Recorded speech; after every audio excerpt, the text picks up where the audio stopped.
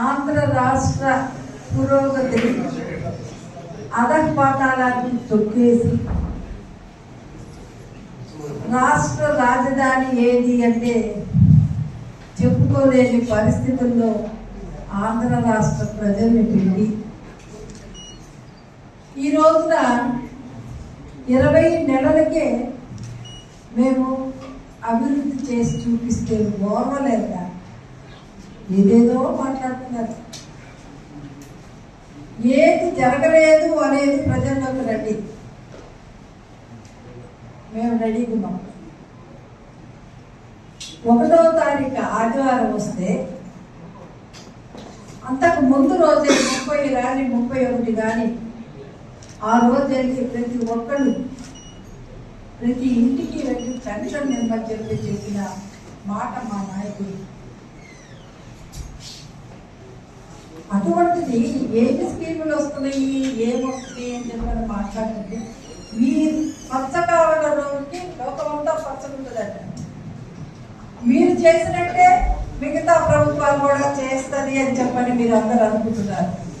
కాదు, మేము చేసి చూపిస్తున్నాం కాబట్టి మీరు తట్టుకోలేకపోతున్నారు మాకున్నటువంటి పాపులారిటీ చూసి. ఇంకొక విషయం ఏంటంటే, నేను హిందూని అని చెప్పుకోవాల్సిన అవసరం లేదు. మా ముఖ్యమంత్రికి వెంకటేశ్వర స్వామి కులదైవం. ఆయన ఎప్పుడు వచ్చినా కూడా ఫ్యామిలీతోటే వచ్చి దర్శనం చేసుకొని వెళ్తాడు. అది నువ్వు ఒకరికి చెప్పక్కర్లా, ఒకరిని మనం నిరూపించుకోవక్కర్లా మనకున్న భక్తిని. ఇదేమన్నా ఎక్కడ వీళ్ళు ఇంకే వైపా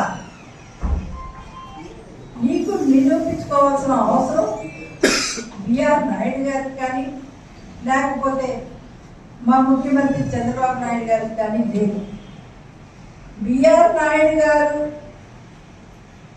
చైర్మన్ అయిన దగ్గర నుంచి గత బోర్డులో జరిగినటువంటి అవినీతిని వెనుక తీయడం మొదలుపెట్టిన కాడించి నీకు వణుకు స్టార్ట్ అయింది. అందుకే పిల్లి మీద బల్లి మీద పెట్టేసి ఏదేదో మాట్లాడుతున్నారు. మీ అవినీతి చిట్ట ఆయన తీయాలి, ఆయన ఇంకా అలాగే పెట్టుకొని ఉన్నాడు. గత బోర్డు ఎన్ని రకాలుగా డబ్బులు సంపాదించిందో ఈ బోర్డులో ఉన్న ప్రతి ఒక్కరికి తెలుసు. లడ్డూలో కల్తీ లేదని ఎప్పుడు చెప్పలేదు. మీకు మీరే స్టేట్మెంట్ తెచ్చుకుంటున్నారు, లడ్డూలో కల్తీ లేదు. అలాగే ఆశీర్వచనానికి ఇచ్చే షాల్లో కూడా మీరు డబ్బులు సంపాదించున్నారు, కొన్ని కోట్లు. ఆ రుజువులు మా దగ్గర ఉన్నాయి. అందుకనే మేము ఆ కాంట్రాక్ట్ కూడా రద్దు చేయడం జరిగింది. ఆవులే లేకుండా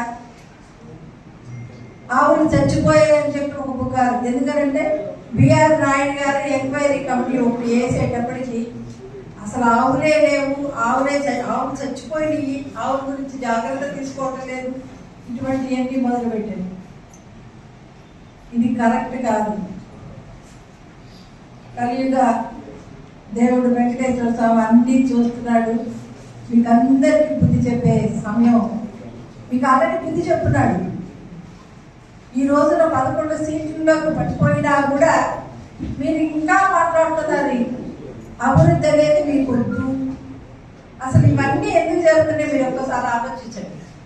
ఈరోజు విజయమ్మ గారు ఒకటి చెప్పారు, ఆస్తిలో